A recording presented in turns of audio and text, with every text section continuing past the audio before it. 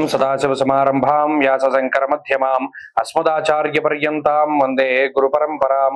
జ్యోతిష్ శాస్త్రాన్ని భావితరాల వారికి ప్రసాదించిన ఋషుల యొక్క పాదపద్మాలకు నమస్కారం చేసుకుంటూ, అలాగే నాకు ఈ జ్యోతిష విద్యను నేర్పిన గురువర్యులు జ్యోతిష బ్రహ్మ కీర్తిశేషులు శ్రీ ఏరంకి సూర్యనారాయణమూర్తి గారు, సూర్య శ్రీ దైవజ్ఞ గారి యొక్క పాదపద్మాలకు నమస్కారం చేసుకుంటూ, ఓం శ్రీ మహాగణాధిపతి నమః, శ్రీ గురుభ్యో నమః, హరి ఓం. వీక్షకులందరికీ నమస్కారం. సింహరాశి వారికి ఈ వారం మిశ్రమమైనటువంటి గ్రహస్థితి గోచరిస్తూ ఉన్నది. ఇక్కడ ఇప్పటి వరకు లాభస్థాన స్థితి కుజుడు అంటే మిథున రాశి యందు కుజ సంచారం ఉండడం వల్ల ప్రతి దాని నుండి కుజుడు బయటికి తీసుకొస్తూ ఉన్నారు. ఇప్పుడు కుజుని యొక్క బలం తగ్గింది. వ్యయస్థాన స్థితి కుజుడు అంటే కర్కాటక రాశి యందు కుజుని యొక్క సంచారం జరుగుతూ ఉన్నది. ఈ కుజ సంచారము సింహరాశి వారికి వ్యతిరేకము. దానితో భాగంగా అష్టమ స్థానంలో కేంద్రీకృతమైనటువంటి గ్రహాలు అష్టమ రవి, రాహు, శనేశ్వర, శుక్ర, బుధ, చంద్ర గ్రహాలు అంటే ఆల్మోస్ట్ గ్రహాలన్నీ కూడా దశమ గురుతోటి కలుపుకుంటే గోచారంలో అన్ని గ్రహాలు కూడా ప్రతికూలంగా ఉన్నటువంటి పరిస్థితి. వారం చివరిలో చంద్రబలం, శుక్రుని యొక్క అష్టమ స్థాన స్థితి కొంత మంచిదైనప్పటికీ ఈ ప్రతికూలతలను తట్టుకునేటువంటి శక్తి ఆ శుక్రుడికి ఉండదు. ఏదైనా కొన్ని సందర్భాల్లో ఆలోచనలను ఆయన కలగజేసి ఒక చిన్న సమస్యల నుండి బయటపడేసేటువంటి పరిస్థితులకు ఆయన కారణం అవ్వచ్చు.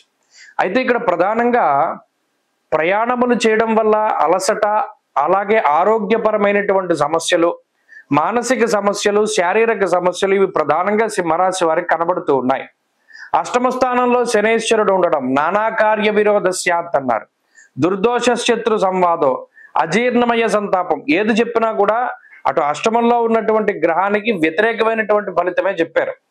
కాబట్టి ఆరోగ్యం పట్ల శ్రద్ధ తీసుకోవాలి, తినేటువంటి ఆహారం పట్ల శ్రద్ధ తీసుకోవాలి, ప్రయాణాలు చేసేటప్పుడు చాలా జాగ్రత్తగా ఉండాలి, నిద్రా సౌఖ్యం చాలా తక్కువగా ఉంటుంది, మానసిక సమస్యల వలనో లేదా అనారోగ్య సమస్యల వలనో సరైనటువంటి సమయానికి భోజనము నిద్ర ఇటువంటివి చాలా కొరవడుతూ ఉంటాయి. కాబట్టి ఈ రాశివారు ప్రధానంగా ఇక్కడి నుండి ఆరోగ్యం పైన శ్రద్ధ పెడుతూ చేసేటువంటి ప్రతి పని కూడా, ఎందుకంటే కాన్సన్ట్రేషన్ అనేటువంటిది చాలా తక్కువగా ఉంటుంది, పరాకగా ఉంటారు, ఎప్పుడు ఏదో ఆలోచన చేస్తూ ఉంటారు. కాబట్టి చేసేటువంటి పనిపైన శ్రద్ధ పెట్టడం మంచిది. ఇప్పుడున్నటువంటి పరిస్థితుల్లో ఉద్యోగ మార్పులు చేయడం మంచిది కాదు. ఉద్యోగ వ్యాపారాల పరంగా చాలా క్రియాశీలకంగా ఉండాలి. మీరే ప్రత్యేకించి శ్రద్ధ తీసుకునే వాటిల్లో ఇన్వాల్వ్మెంట్ ఉండాలి, లేకపోతే ఇతరుల యొక్క ప్రమేయం ద్వారా కొంత నష్టపోయేటువంటి అవకాశం ఉంటుంది. ప్రత్యేకించి ఏదైనా ఒక నిర్ణయం తీసుకునేటప్పుడు జాగ్రత్త అవసరం. ఆరోగ్య విషయంలోనూ ప్రయాణాలు చేసేటప్పుడు వీటిల పరంగా చాలా జాగ్రత్తగా ఉండవలసినటువంటి వారంగా ఈ వారాన్ని చెప్పవచ్చును. కాబట్టి గ్రహాల యొక్క బలం పెరిగేంత వరకు భగవంతుని యొక్క అనుగ్రహం చాలా ముఖ్యము. ప్రతిరోజు రుద్రకవచాన్ని పారాయణ చెయ్యండి. ప్రతిరోజు వీలుంటే శివాలయాన్ని సందర్శనం చెయ్యండి. శనివారం, సోమవారాల్లో శివాలయంలో దీపం పెట్టండి. తత్ఫలితంగా ఈ ఉపద్రవాల నుండి బయటపడడానికి అవకాశం ఉంటుంది. ఈ వారంలో కలిసి వచ్చేటువంటి రోజు సోమవారంగా చెప్పవచ్చును.